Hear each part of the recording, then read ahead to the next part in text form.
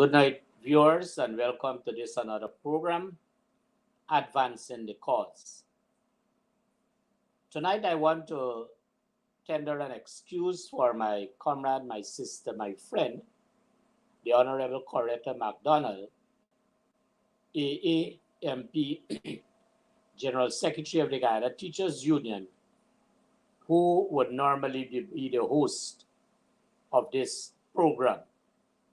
So I now tender an apology for her absence because of reasons best known to her tonight.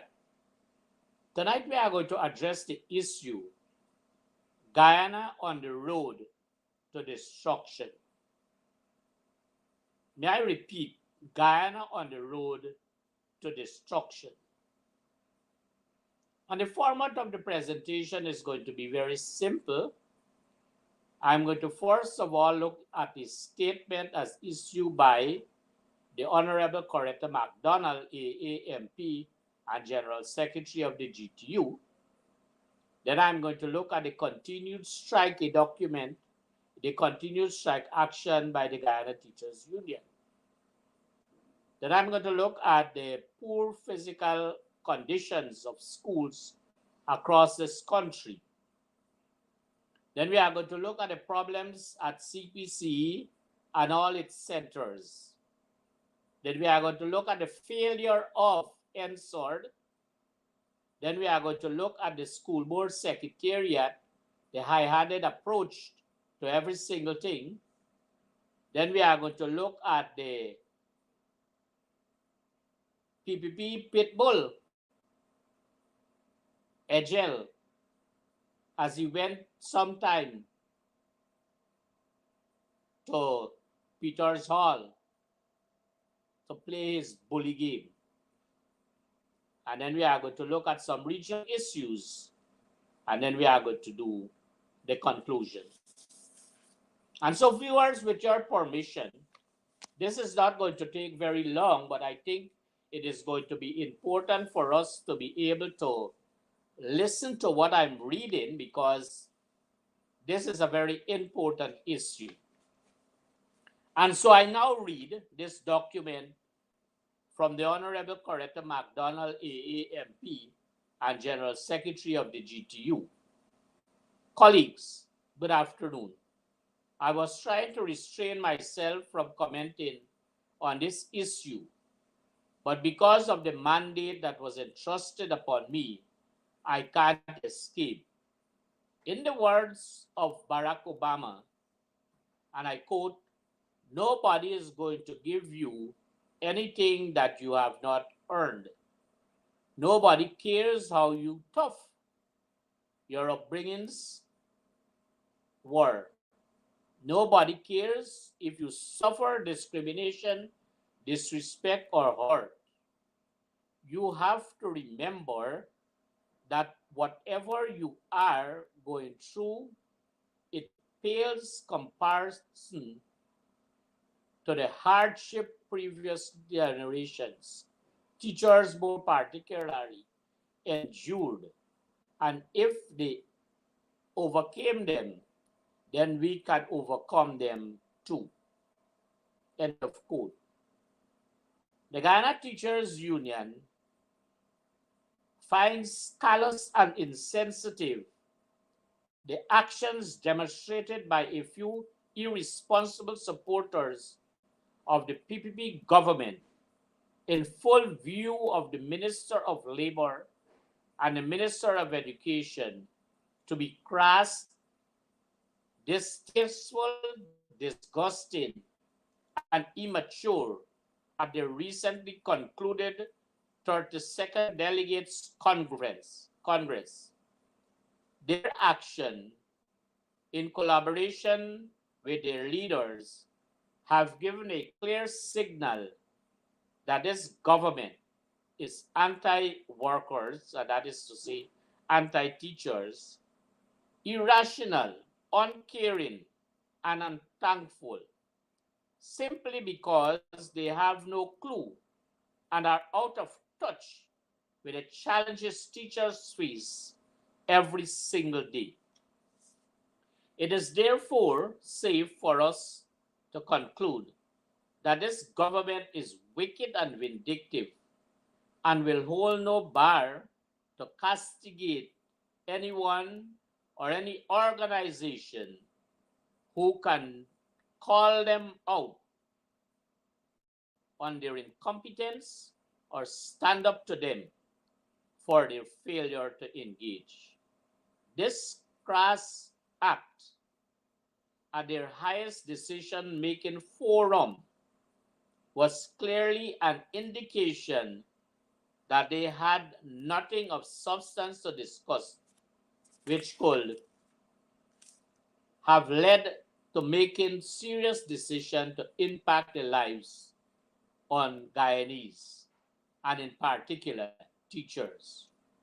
More, it is clear as day that educators are not valued in this country and that education is not their priority. May I remind this government that it is the very educators who have kept the golden arrowhead flying high in the Caribbean and further afield. The very same educators who kept our learners engaged during the COVID-19 pandemic, sacrificing our families and risking our lives. Yes, the same educators who you have been using to distribute your cash grants, etc. But you now find it funny to make mock of us because we are demanding that you engage us at the table for our failure, for your failure, for our fair share rather. Your insensitive mockery denotes that of lawlessness, shameful, disgraceful, and reckless bunch. The GTU has taken note that your callousness and calls for an apology. In the meanwhile, our members will continue to stand resolutely and resolved in the face of an uncaring government as we blaze the trail for equity, equality, and respect. Ms. McDonald, AA General Secretary, GTU. And so, viewers, I want to make a comment because that statement came out of a situation in which a few members, irresponsible or what have they, to have staged and demonstrated through a skit some level of mockery to our teachers.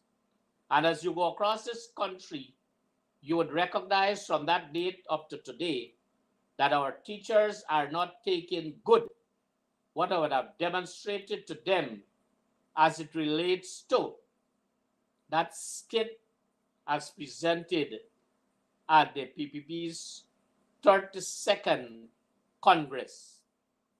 And so I wish to make a few points on this statement and on that skit. So the first statement I want to make is that we have seen fully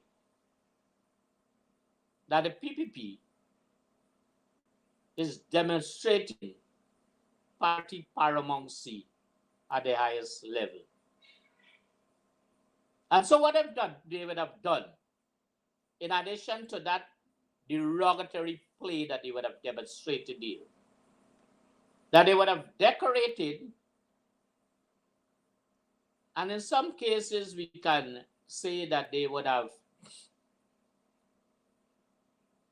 allowed themselves to be able to so decorate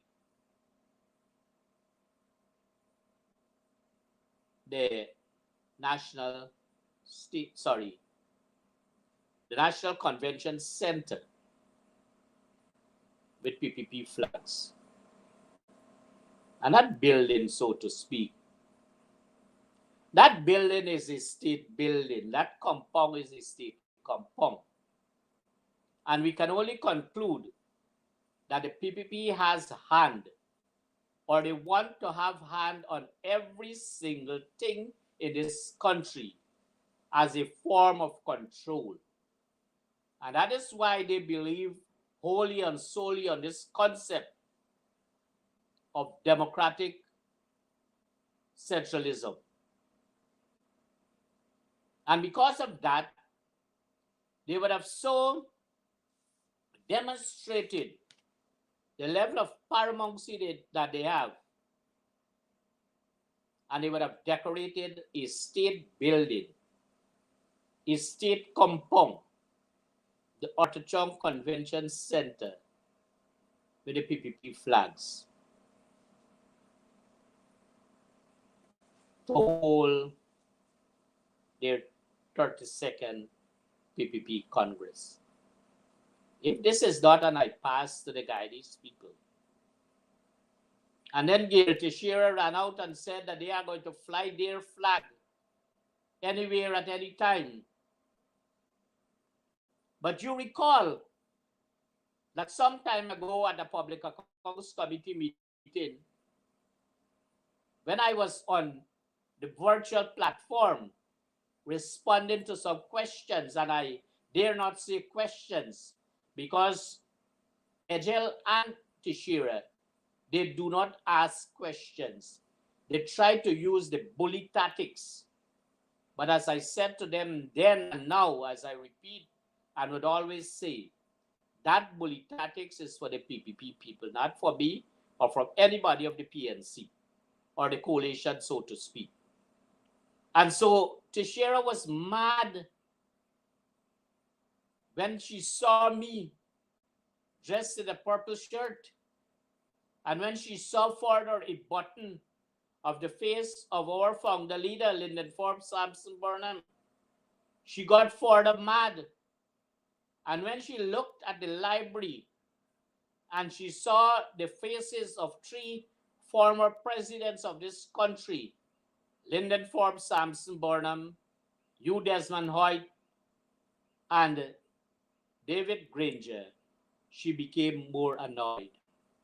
So if she was so annoyed and I was listening and answering the questions, if questions, so to speak again, from the confines of my own home, and she had the temerity to say publicly that the PPP is going to fly their flag any place at any time. Now, what kind of people are we dealing with? If this is not a situation of being bullies in our country, then we cannot allow ourselves to go any further. So if she was annoyed then with me wearing what I had to wear and the decoration of my library in my own home, why she was not so annoyed when the PPP put up their flag at a state property and a state building? But I guess that somebody is going to ask the question, maybe at the session tomorrow in Parliament, somebody is going to raise the question as to why is it they use a state property and a state building and decorated that state property and state building with PPP flag. So I call out to Shira with her thoughts on how people dress and decorate their homes, what she has to say about this decoration. And so, let me speak quickly about this. The PPP changed the quorum at the Public Accounts Committee in an effort to so allow them to have an upper hand. And that upper hand is they must be present for any session to take place. Prior to that change, any 3 persons could have formed the quorum and the business of the day would have gone on. This has since changed, and there have been tens of meetings, more than 100 meetings. I want to believe that they have not attended. So what is it? It is party paramountcy. It is a government that is in there utilizing state resources to their advantage and satisfaction in an effort to so trample upon those who do not believe in the ideology they believe in. And we have to take note. And we have to take note of that. So I thought it fit that I should make mention of that play and the spill-off effect it would have had on all our teachers and people across this country. Recently, it might have been yesterday, the Guyana Teachers Union issued a statement to all our head teachers and their staff, meaning the teachers.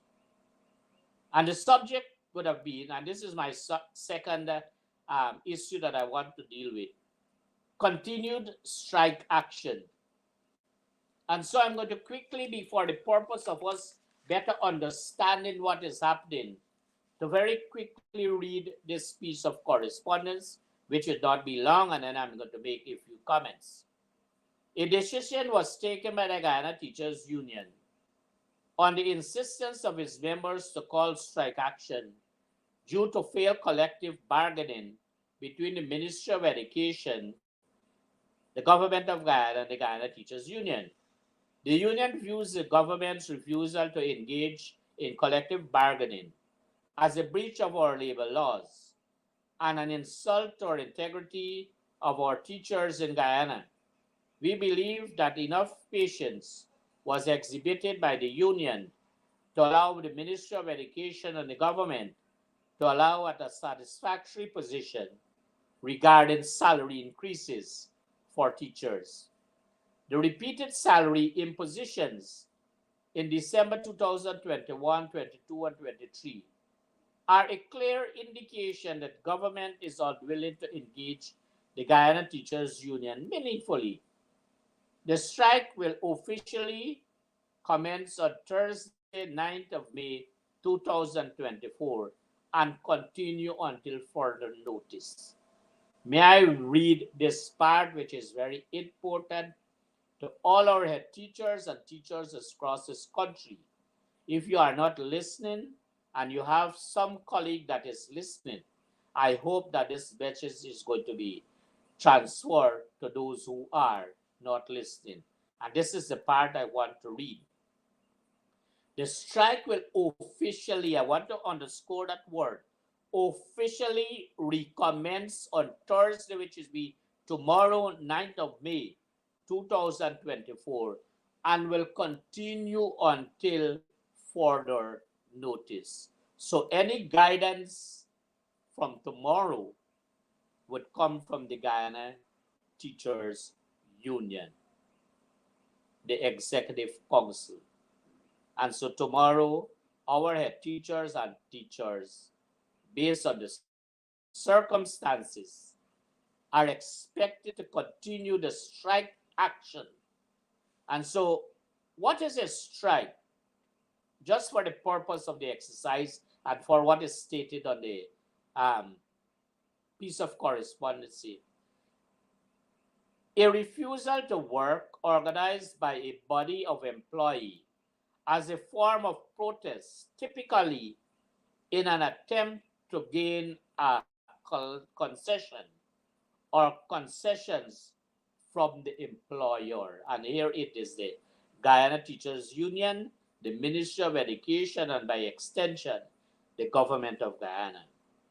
It is a collective organized season of slowdown of work by employees to force an acceptance of their demands by the employer. GTU calls on all teachers to join this justified action since our rights are being infringed by employers. This decision is supported not only by the General Council, but our private opinion poll among teachers and civil society minded persons across Guyana indicates that teachers nationwide have full support of this action. The union asked teachers to do the following during this period. One, do not report for work on the 9th of May 2024 until further notice. And I'm reading for the document. Do not listen to threats. And that this is something they are accustomed to and they are good at. Do not listen to threats that will come from high offices. You have a right to strike as an employee. The GTU has followed all protocols which makes this strike action legitimate. Head teachers supporting the strike may hand over school keys to most senior teachers on staff who will be at work, and where the entire staff will be on strike, school keys must be taken to the education department on Wednesday, May 8, 2024. That is today. If the entire school, and some schools are going, all members of staff are going, I guess you would have handed your keys to the Department of Education. Follow closely releases from the union's executive as we go forward. Teachers throughout the length and breadth of Guyana are asked to support this justified action taken by your union to ensure that collective bargaining process is pursued between the Ministry of Education, the Government of Guyana, and the Teachers Union. Yours respectfully, Executive. So, viewers, I would have just read to you a document that would have been issued by the executive of the Guyana Teachers Union in relation to the strike action, the continuation rather of the strike action tomorrow. And what I would have read is very clear to all our head teachers and our head teachers. We ask of you now to take the necessary action and to give the necessary support to the Guyana Teachers Union. So, what would have been happening? There would have been a court action, and the court ruled on three things, mainly three things. One, that the strike over the 29-30 days would have been legitimate or legal. The second thing that the court would have ruled on, that for the days in which teachers would have been on the strike line or the picket line, that those days are going to be counted as legal and they have to be paid for those days. And the third court decision would have been that the Ministry of Education must continue to make the necessary deductions from our teachers, and to so refund or pay that sum of money that they would have deducted to the Guyana Teachers Union. So I say this to indicate to you that in the first phase of the strike action, the court would have allowed the teachers to understand in a very clear sense that it was a win for the teachers. And so this second phase would now be able to allow us to do a number of things. And so what is happening? These are some of the challenges that would have been faced. These are some of the challenges that would have been faced. One, in Region 2, there was a particular, I may say that there is still a particular public place, a state property, north of the Cottonfield Secondary School and east of the Department of Education. When our teachers gathered there, in the first phase of this strike, the Redo organized, the Redo Region 2, organized with the regional administration and the Guyana Police Force to disallow them from being there. And the Guyana Police Force, the Redo, and the Special Branch, they were very active. But they did not realize then that they were able to meet in those positions because it was been teachers who allowed them to be able to meet in those positions. So if by chance they can sign their name, and I guess they can, or if by chance they can spell their name, and I guess they can, it would have been teachers who would have been responsible for them. And this has not been hard on them. They have been doing their work. But the way they would have been doing their work, that is to say the Redo, the staff, the police, and the regional administration, and not only in this region, but across this country, they would have been very discriminatory against our teachers. And so we have to take note of that.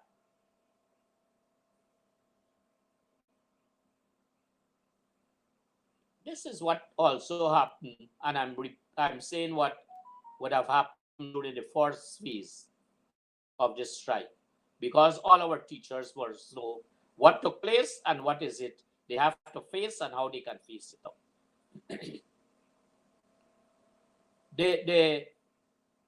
There was a daily monitoring of all our schools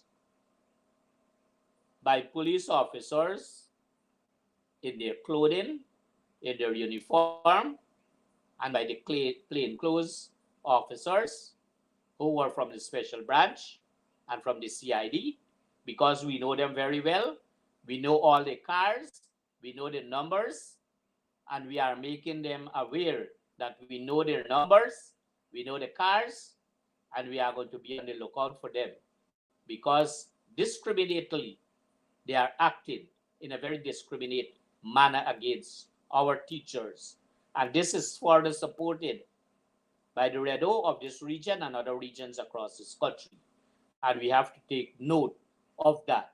We have to take serious note of that.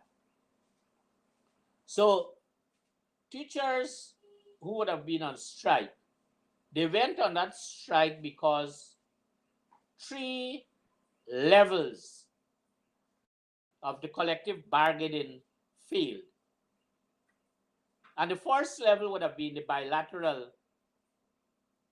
talks, discussion. And that had to be between the Ministry of Education and the Guyana Teachers Union. Those talks broke down simply because there was not any care or love for teachers or the union. And so they got the Ministry of Education, the Permanent Secretary, the Chief Education Officer, the Minister of Education, kept out of that situation and did not allow that first phase to go through. And so that phase broke down in the collective bargaining process.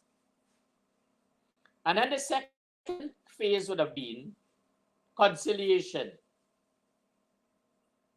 And that conciliation had to be organized and facilitated by the Minister of Labor, a lame duck, the Chief Labor Officer, a mere absence from any knowledge of his work, and they failed in tremendous ways to allow the second phase to have gone through.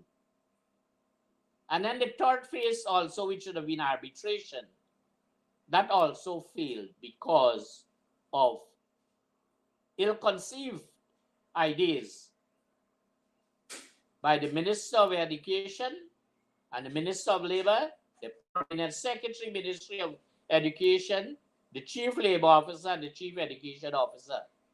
And because of those situations, all those levels in the collective bargaining failed. And so we went, the Guyana Teachers Union, allowed our teachers to be able to express themselves in the form of that strike for about 29 to 30 days. And good faith did not prevail. And so that is why we are here in this, the second phase of this strike, which would commence tomorrow. But I say to you that during the first phase, our teachers came out in their numbers. They give full support. The major stakeholders of education, and that is not the Department of Education and the regional administration, the business community, supported the strike action each and every day that the teachers were out there. So we want at this stage to express that gratitude and that thanks to them as it relates to the support that would have been given to our teachers as it relates to the strike action. So, viewers, tomorrow, the 9th of May, the Guyana Teachers Union would have called upon all our head teachers and our teachers to continue the strike action. And you might have heard already the teachers in different regions and in Georgetown what would have been the strategy where you would assemble and what would be the format of these days to follow as it relates to strike action. And I ask all the head teachers to fear nothing. Fear nothing. Because I say to you, if you don't know, that in 2018, 19 thereabout, I want to be 18 rather, when the Guyana Teachers Union took strike action, I was then a regional executive officer in Region 3. And every single day, I went out on the picket line. I supported the teachers there. I engaged the union. And then there was a gentleman who was then the chief education officer. His name was Marcel Hudson. While we were demonstrated in front of the Department of Education, he ran into the office. He was chief education officer. And he and the Redo ran out of the office. And they went to visit schools. And not a word to our teachers. No day this Redo in this region or any other region ever went out and speak to our teachers in any form to allow them to bring any comfort to them as it relates to their job. And that is the kind of demons we are dealing with in the education system. And so we have to take note of that, and we have to be able to deal with that as we go forward. So, viewers, I want now to deal with the poor infrastructure in our schools across this country. And in summary, I want to say to you that very many of the new buildings, the new school buildings, are falling apart. And I say this to indicate it to you as you go around this country, that very many of the schools, if not all the new schools that they boast about building, are falling apart. And they need to take stock of that. And there was a senior education official who went to a certain secondary school, and I don't want to disclose the office of that senior officer, but he went to that secondary school in an effort to so moderate the C6 Spanish orals. And he was busy going around the school, the secondary school, taking out all the defects, all the cracks, all the deficiencies, and he was sending them to a senior, maybe the most senior education official in this country. And he indicated that if he had to, by any chance, be in a particular region, he would not have allowed that school to open. And so if that is the case, then I want to believe that the CEO is in possession of that information.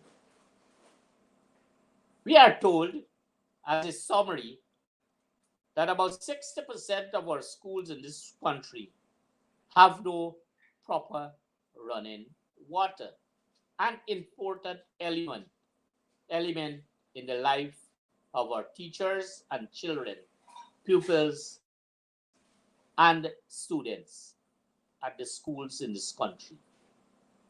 And I urge and I ask the Ministry of Education, because we continue to fall apart in the education system, that they may move swiftly and get these things corrected.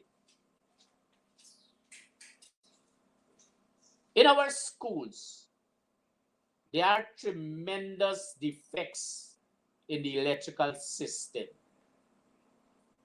And the day would come, and God forbid, that this might result in something that we do not want. But you don't expect our teachers and our head teachers to see this. That is why we have visits by the officers of the Department of Education. And they have a way of doing a structured report. And one of the things they report on is the physical infrastructure of the school. And so they have to get it and fix it. Because we are in the process now of creating that register of all these defects. And we are going to make known to the entire public, school by school. Our schools are faced, again, about 50% poor sanitary facilities, an important element in the life of our teachers, our children, our pupils, our students. And so we need to take a serious look at that. Windows and doors are falling apart in some of these schools. There are tremendous leaking roofs. The other couple of days we had rain, and schools were complaining, their teachers were complaining. Teachers were complaining, parents were complaining that roofs are leaking in very many schools across this country. And we need to take stock of that. Not us, meaning the Ministry of Education, the Departments of Education. And so those are some of the things that's reported to us across this country as it relates to the poor infrastructure of our schools.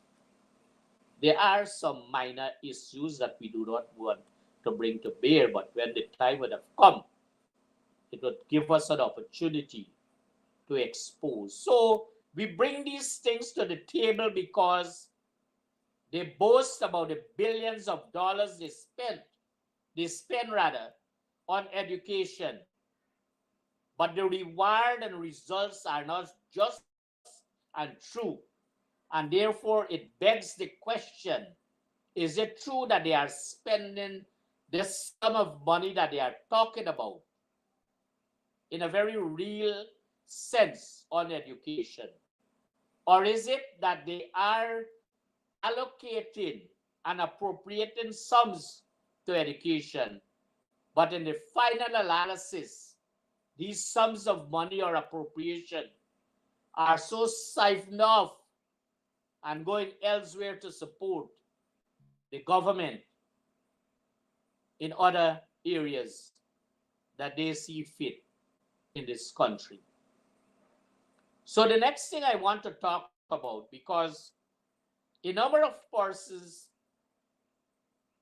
and mind you, this is a committee that I'm talking about, not me, Dennis Jaikaran, but a committee across this country, that we allow our personnel in education to so say to us, not report, but to say to us what are some of the things that are happening in the education system. So at CPC Turkine and all the satellite centers across this region, we have serious problems. And these problems that we have are common to CPC Turkine and all the satellite centers. And one of the things would have been serious supersession. Junior persons are trampling on senior persons. Promotions are made by the night, so to speak, and junior persons are promoted in front of senior persons. Right here in Region 2, and people have to be very, very fair and bold when they make certain statements. The head of Center CPC here, may I coin the word, she's a waste of time. Tremendous waste of time. And I want to believe that so many of them who would have been seconded because of their friendship and their affiliation to the PPP, that they were given that opportunity to go there and serve. But I'm coming to Ensord and the other places, the school board, and all those PPP cronies who would have been placed there and are really, really square pegs in wrong holes, can't function, disrupting and destroy the education system. And our teachers who are working hard, they are denying our teachers the right to earn true living wage, a livable wage, so to speak, to allow them to be able to move on in this life. But they want them to be paupers. And they have pauperized a lot of people. And Jack Day would have said that the PNC pauperized people. But it is he and his PPP cronies that pauperize people in this country. And they are now pauperizing our teachers. And they must know that. And you must know that you cannot be fearful of that man. You have to stand up to him. So CPC is in serious trouble. Supersession, poor sanitary and facilities and working condition. These are information that come to us. Poor lighting conditions, right? Materials are not available for lecturers to be able to dispense with the curriculum in which they have been entrusted to deliver.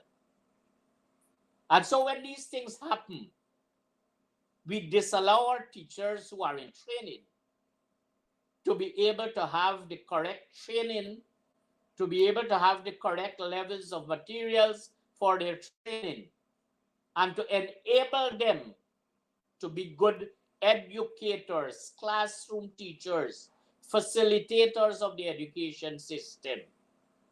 And when these things do not happen at CPC, at Turkine, and the satellite branches, then it is telling us a very serious story.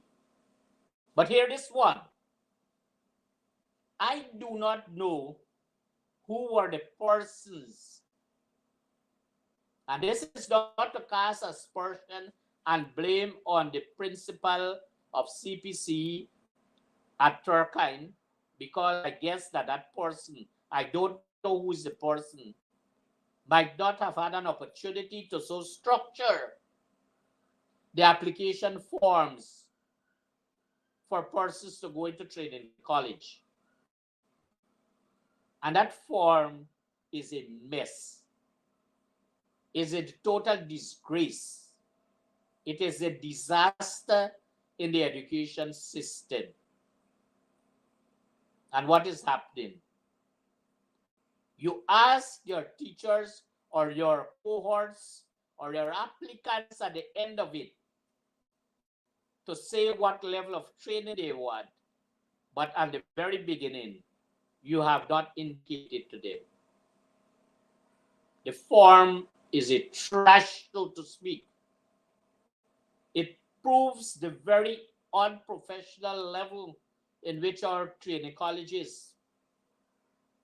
The level of professional decorum would have been declined to the extent that some of us who were or are still teachers, education officers, good people, so to speak, are very fearful that there is going to be a total collapse of this system because we do not have the level of management from the minister right down, because she seems to be putting people, promoting people into offices they cannot function in. I now deal a little bit, because all this information we receive. NSWORD. NSWORD is a very important organ, element, department, if it so speaks, to the Ministry of Education. Because there are a number of things that are supposed to have and done at NSWORD. But for the past 4 years, everything would have collapsed at NSWORD. Because the persons who are placed there do not understand clearly the functioning of NSWORD. And so the director that they put there now, we are told, and we very well believe that, is not adequately, and we do not want to say qualified, is not adequately experienced to be able to manage NSWORD. And there again at NSWORD, the appointment of the director of NSWORD would have been tremendous supersession in the public service. And I understand that that person who is head in NSWORD was never a senior teacher in the school system. And so what are we doing to the system? Are we filling NSWORD, another agency of the Ministry of Education, with persons who are unfit to perform duties? And so the end result is very dire to what education is all about in this country. And so not only is there serious supersession at NSWORD and persons climbing, not physically, on each other, trampling on the rights of persons who very well know the work, but are not considered friends, families, and favorites of the PPP, are so trampled upon. And supersession is the order of the day also at NSWORD, because the director has no direction in which I don't know if it's a he or she wants to go. And so they are sailing. And they are right to sail because they are next to the Atlantic Ocean there. So if they sail, they might very well end up in the Atlantic because they continue to sail. And that might be a very good place for them, because they are doing nothing to help this education system. Nothing at all to help this education system. And so for the past couple of years, there has been no relevant curriculum guide developed by NSWORD. There has been no review of relevant textbooks. There has been no writing of specialized booklets.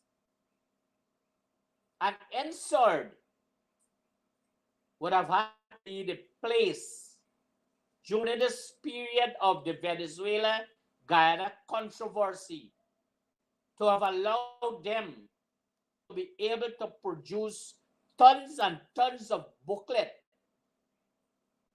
so educating the Guyanese population, our children, our teachers, our parents, as to this whole controversy. But not one line came out of NSOR. And why this is so? Because the director has no sense of direction. And some of our member staff may be the same thing. And those who are trying are superseded and come to that point. So NSOR, an important organ of the Ministry of Education, is in serious trouble. But this ministry, this government, is not about caring, and they rush about the place. We care. And we care so much is that because we care so much, that for us to get in some part of this country some kind of grant, whatever they call it, you have to buy some kind of hot dog. And lo and behold, a headmaster is doing this. A headmaster. What kind of leaders the PPP is producing? And that is not to cast blame and aspersion on our head teachers.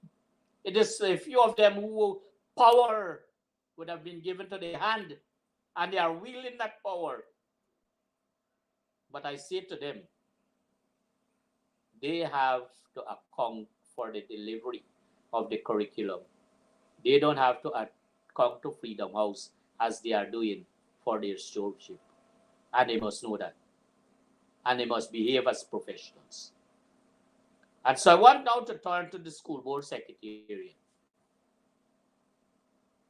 The school board secretariat is a disaster in the Ministry of Education. When the concept of the school board secretariat or school boards were conceived, all of the other boards that followed fashioned the format of their operations from the President's College Act and the President's College Board. And so that format allowed for the existing boards across this country to be able to be comprised of persons that can make a meaningful contribution to the school in which that particular board, the institute, or whatever, or wherever those boards exist. But it is not happening. All those boards are politically charged and comprised of political people from the PPP who do not understand where their head is or where their foot is. And they are put on boards in this country to help our principals and our teachers to manage their institution. And because they are a failure, I don't think our schools are failures, our institutes are failures. Because our principals and our head teachers know exactly what they have to do. And right here in Essequibo, once upon a time there was a board. And that board was managed by a gentleman who they claim was a teacher. But he broke that board up in so many parts. And there was another gentleman who had nothing, no idea of what human resources would have been. And he was head of the human resource committee. And he destroyed that institution. Because I understand, and I don't know, it was told, and we can only believe, that this particular gentleman suffered some time ago and is still suffering from a severe mental disorder. And so I think he needs to be corrected. I don't know the report. And I don't know which board they were talking about, but I was listening. So what is happening with the school board secretariat? They are busy making administrative appointments. And when they do these things, all administrative appointment rather, you are denying our teachers who are adequately experienced and qualified to be able to have an opportunity to apply. And because you do these administrative appointments, and not only school board alone, in some secondary schools, you completely rule out our experienced and qualified persons. And you did not, or you have not given them a chance, rather, to make their input by virtue of an application form and to be interviewed, to be shortlisted, and to be able to be appointed. And so they do these things because the Ministry of Education see it fit that they should place PPP cronies as their teachers by virtue of administrative appointment. And they are making a mess of these schools. They are making a mess because they place them there. And they have no idea what education, delivery, management, accountability is all about. And they make a mess. They destroy the education system and the school in which they were placed in administrative positions. And so this very telling situation, we need to look at it. And if we do not look at it, we are going to continue to break up the system. A number of things were told, and we still have to confirm that. We are told that the head of the school board secretariat lives in the QC compound. Big fancy house, 24-hour guards. He has a special vehicle and driver assigned to him. And at his place of work, he has 24-hour guards in his office and around his place. Not his place within his place at work, I think is 21 breakdown. And so that is very good. If our teachers can have those facilities, then it would be a change in the education system. But giving all these things to the coordinator of the school board secretariat would not bring relief to this education system. What you give to our teachers would bring relief. What you hand to our teachers would cause them to perform at a maximum. But mind you, before I move and I slip this point, let us make this point. After our teachers went on that 29 or 30 days strike, and they returned to school, note this, I want our viewers to know this, and they returned to school, they were able to complete all their SBAs, to submit them on time, and with a level of accuracy and efficiency. And there was no need for the minister who was bolted up to say that she had to ask for extension. She didn't have that opportunity because our teachers performed extraordinarily well after they went back to school as normal. And during the COVID, they performed extraordinarily well to the risk of their lives and that of their family, to just deliver to the cohorts in all our schools, nursery, primary, and secondary school. And this is the way our teachers are being treated in an oil-rich Guyana, where 1% of our people are enjoying the riches of this country, and our teachers are trampled upon without any livable wage. So that I brought in that when I was speaking on the question of the school board secretariat and the poor management, the level of administrative appointment they are making, the facilities granted to the coordinator. And mind you, facilities granted is what we are alleging would have taken place. And so I want to turn my attention very quickly So, and then I'm going to make some conclusion. But before I do that, I want to say to you that I want to deal with this matter before I go on to that, because I have a couple minutes to, and I want to make maximum use of it.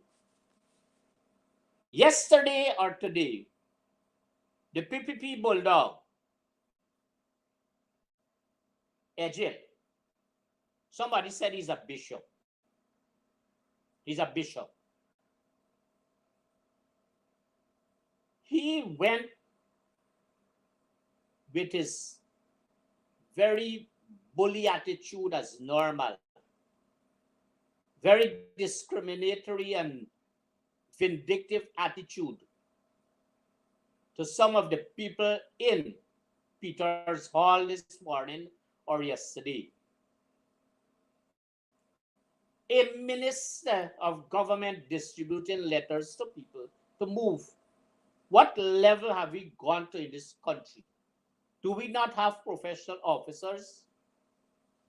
Or these ministers are mere glorified messengers of the PPP government? And because they are so glorified in delivering messages and letters and being pit bulls and pit dogs and what have you, being very bully in their attitude. One is Ejel. Went there and spoke to a lady, a pensioner, in a very aggressive way. And he was so annoyed and upset that they were filming him. That is the order of the day. You come to my home. I don't know who you are, because the lady asked, who are you? I am Minister Ejel. Who is Minister Ejel? What is minister about you? What is bishop about you? And you behave in such a derogatory way, removing the people from the seawalls, the Georgetown seawall, breaking up the people home at Moko, destroying the people homes at Linden, building roads that are not standing up. And you call yourself Minister Ejel? And the people are right to say it is on record that you're a bully. And everybody around this country know that you're a bully. And that you get through with what you want to get through with mere level of bullyism and not any level of professional conduct that would so afford the office of a minister. But we are going to play that tape later on, not in this program, another program, so that he can't doubt it. And so people are going to be aware of his kind of bullyism and the pit dog mentality that he has, so that he can get through with what he wants. But I'm asking every single community, whenever he presents himself with that bullyism and that bully attitude, respond to him, stand up to him, and be able to clear your ground. So I want to turn very quickly to some regional issues. One of the things I want to say, because it is worrying people at the regional office, Region 2. They have indicated to me, I don't know, that there are 2 retired persons here that are re-employed. One is the EPMA, and this one is the PPU. And they have indicated to me that these persons are sleeping away every single day on their place of work. They have also indicated to me that these persons, while acting or performing such a duty, had then, and still not at this time, adequate qualifications to be appointed in those positions. But they were appointed. And they are retired, and they are back here. They are sleeping on the job. And they are denying our young people adequately qualified to take up such position. We need to look at that. We are told, and we very well believe that that there's a senior official of the Department of Health Region 2. And that since 2018 that person was supposed to be 55 years and to have retired. And to date, she's still on the job. Or rather, that person is still on the job. And that person has not yet retired. So I want to know, what is the age of retirement? I know what obtains in the public service. Some would go at 55 and some would go at 60. But based on what this person would have been employed as, that person has to come off at 55. And since if 2018 that person was supposed to come off, I wonder what is happening and why is it that person is still on the job. And so we need to take a serious look at that in terms of, I understand that that person has no level of qualification, but with years of experience and being able to play the game like persons at the regional administration. You know when to switch your coins to suit the situation. And so that is happening. We are told also, and we very well believe it, that is total discrimination in the seated process as it relates to our head teachers who go to head teachers meeting. And at the last head teachers meeting, we are told that the Redo of this region, Region 2, well, a DO performing the duties as Redo, was sitting on an executive chair while all our hard-working head teachers were sitting on hard plastic chairs. Is this not discrimination? Is not this not telling our teachers, like they play at the convention center, that they fit nothing or they are worth nothing? These are little things that we have to take and look at. So we need to look at this. We need to turn very quickly about trenches that are cleaned in this region manually and mechanically.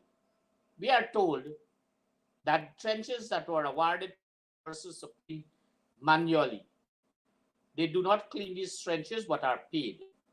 This is something that the regional administration should look at. And I guess the PS regional development would look at it. He's new, but he must get out there and do his work if he is fit to be there. And so some of these trenches that are programmed to clean manually and paid manually are cleaned mechanically, and they still receive payment. So we need to look at that. We are also told that the senior personnel of the engineer department, that he has 6 trenches. His wife has 3. His son has 3. And so we need to look at that, right? And this is a man, I understand, who knows nothing about aggregates. Aggregates, I don't know. I was just told that he knows nothing about aggregates. But he is the man who is checking these roads and all these things at 6, 7 o'clock in the night. But I'm telling you this because when these things happen, we do not get quality service. And when we do not get quality service, we must call on this oil-rich government, this PPP government, and their cronies who they place in places and can't function to be able to account in a very special way to these things here. So